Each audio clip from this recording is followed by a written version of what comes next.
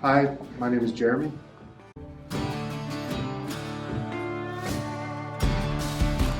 I'm a police officer here in the Oklahoma City metro area, and I've been a police officer going on a little over 6 years now. I have my master's and bachelor's in American history, and I'm also currently a professor of history at Mackey at the Mid-American Christian University here in the metro as well.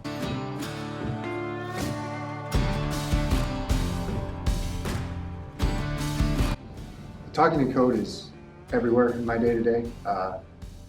First thing you do when you get to work, last thing you do when you get off work, whether it's 10-8 or I'm 10-7. The way I learned it, honestly, is just through repetition. It's the best way you can learn it, is kind of associating what this particular code, or like whether it's a 10 code or a signal code, and associating it with what that means. But eventually, and I consider this the same with kind of learning a different language, is it goes from translating that code in your head to that's just a normal way of speaking. You don't have to translate it. You know exactly what it means without even thinking about it. So, you know, like I said, anytime we arrive on a call, we're going 97.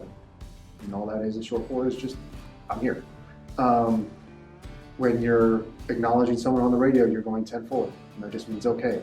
Like, it becomes such a second way, it's such a, like, I don't know how else to describe it, but it feels so seamless, I guess. Like it's, I don't even think about it anymore. It's just a normal way of talking.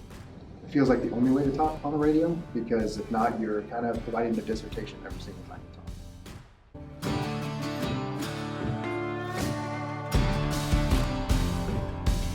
I found myself, as I was obtaining my undergraduate degree, that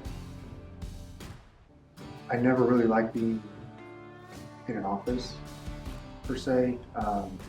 The passion for service was always there. I had joined the Army National Guard while I was in college, and once I started to kind of get away from that, I kind of just started watching what people were doing around me, and the more and more I looked at the police driving around and was able to see what they were doing, the more I was like, you know, I think I'd really like to do something like that. It felt like I couldn't just go get a job in the corporate world. I felt like through my upbringing, something different was expected of me. And so once I started kind of diving into what everything entailed in law enforcement, I decided to pursue it, and I definitely don't regret it.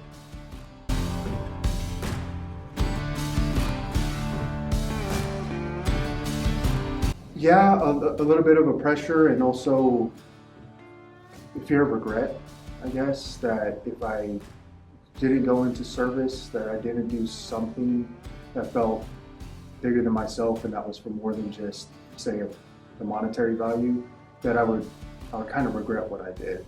I felt like deep down inside, and I really don't know where it came from, maybe it came from my father, whatever it may have been, but I felt like there was something more in life that I needed to do.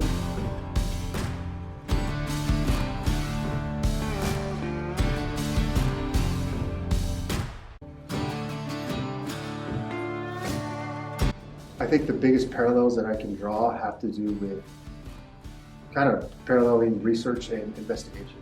It's kind of striking how similar those two things are, and how the step-by-step is pretty unique to both of them, because it's all about what is it, what kind of evidence do I have, how can I articulate this evidence to come to this conclusion, and then here's my resolution.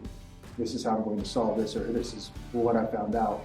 And then essentially both of those get submitted somewhere, whether it's to like a professor, or in this case, the district attorney's office, and then they go, yeah, everything is here, this is correct, we'll proceed. It's weird to kind of say it out loud, because I never really thought I was using my degree for my career, but I really am, just in a different way. At the end of the day, you have to think, I'm responsible for taking someone's civil liberties away when I put them in handcuffs and put them in jail. And so I have to be able to make sure that everything and the reasons why I'm doing what I'm doing are thoroughly articulated in that report. in that nothing is left out, because it could literally mean the difference between, or to kind of make it dramatic, from letting a homicide suspect walk free because you did mention something. Because if you didn't write it, it never happened.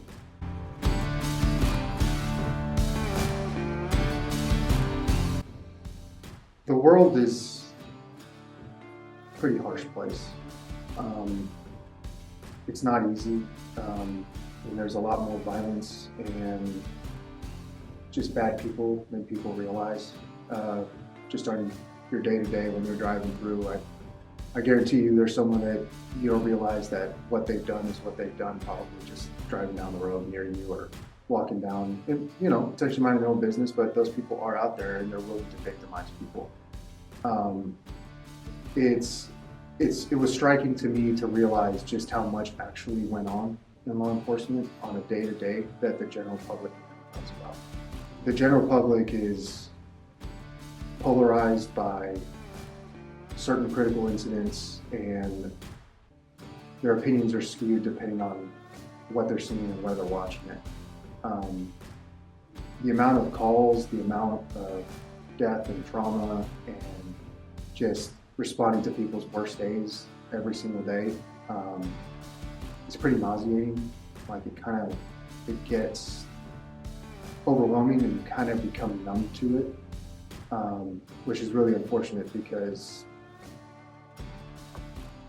throughout my career, I realized that I had become naturally hypervigilant. That, and if anyone is in the military or anyone's in law enforcement, they know exactly what I'm talking about. You're constantly scanning rooms, you're constantly looking for threats regardless of what you're doing. You don't like to go to grocery stores, you don't like to go to what we call soft targets. We just kind of have a hard time being around places that we know people might show up, whether it's people from our past or anything like that. Just the other day, a McLean County deputy who had just arrested someone for burglarizing a business came back to his house the following day and lit his house on fire with his family inside of it. Kind of puts you on edge a little bit. I promise you they're doing the best that they can do. Even if you don't feel like it, there's a lot that we deal with on a day-to-day, and we're just trying our best.